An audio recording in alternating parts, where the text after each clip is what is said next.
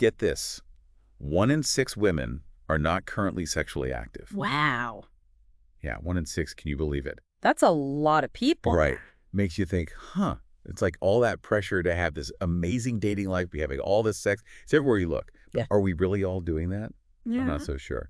So today we are diving deep into this whole world of voluntary celibacy, especially among women. And let me tell you, it's a lot more than just deleting Tinder. It really is. And I think the key here is voluntary celibacy. Like, this is a choice these women are making. It's not about circumstance. And honestly, it gives us a really interesting lens to examine what's going on. Yeah, for sure. And we've got these excerpts from this Women's Health article. It's called "These Women Stopped Having Sex and They're Happier Than Ever."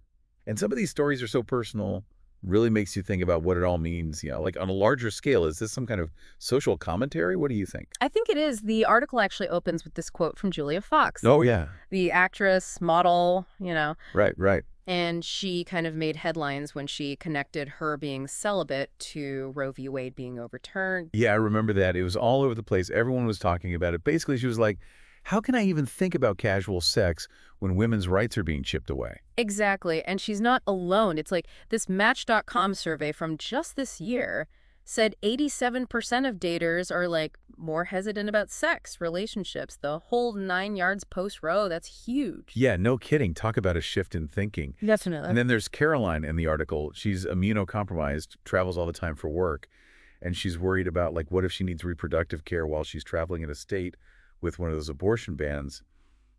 It's heavy stuff. Oh, absolutely. And it really highlights how much all this external pressure just leads into our personal choices. Like historically, we see birth rates drop during times of high stress. Huh, that makes sense. Yeah, like when people are worried about the future, whether it's their own safety or healthcare or even the political climate, they tend to rethink starting families. Yeah, totally, especially now with the way things are. But even with all of that, I mean, could choosing not to have sex actually be, like, empowering? Hmm. Yeah, it's kind of like, whoa, can saying no actually be empowering? It's the opposite of what we're told, right? But the article talks about this 4B movement in South Korea. 4B, what's that? It stands for no marriage, no childbirth, no dating, no sex. Whoa, okay, so basically they're like, nope, not doing any of it. Basically. And it's women saying this.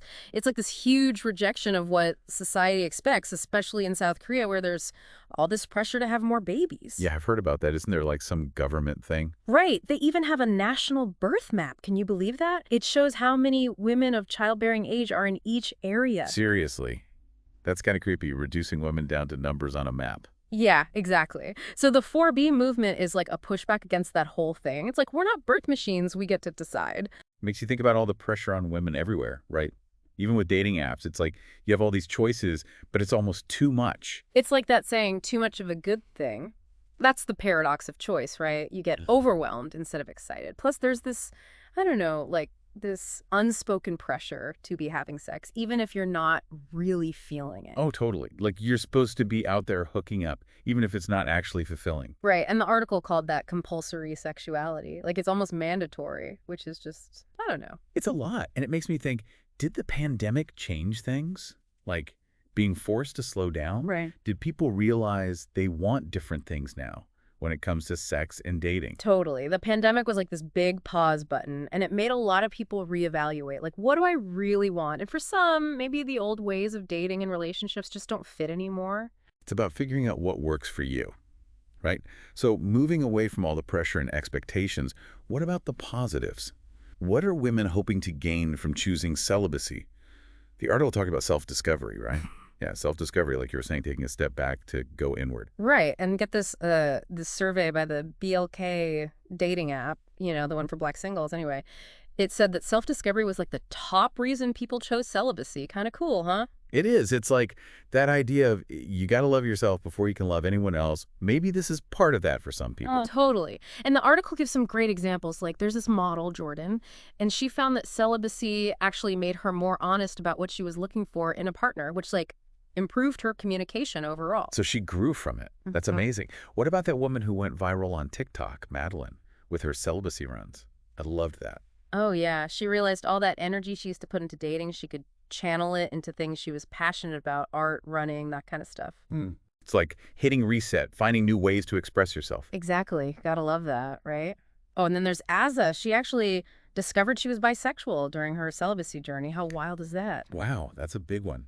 Really shows you the power of self-reflection, giving yourself space to figure things out. 100%. It's about taking control, understanding what you need mentally, physically. Like the article even talked about masturbation as part of that self-discovery process during celibacy. Which makes total sense. It all goes back to knowing yourself, owning your choices. Pretty powerful stuff, no matter what your relationship status is. Right. So where does this all go? Is celibacy like here to stay?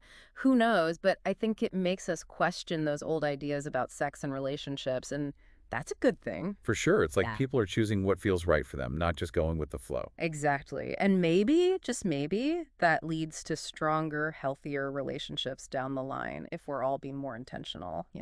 That's an awesome thought to leave on, being more mindful about what we want and why. This has been such an interesting deep dive. So many things to think about. Me too. And isn't that the best part? Getting those wheels turning. Until next time.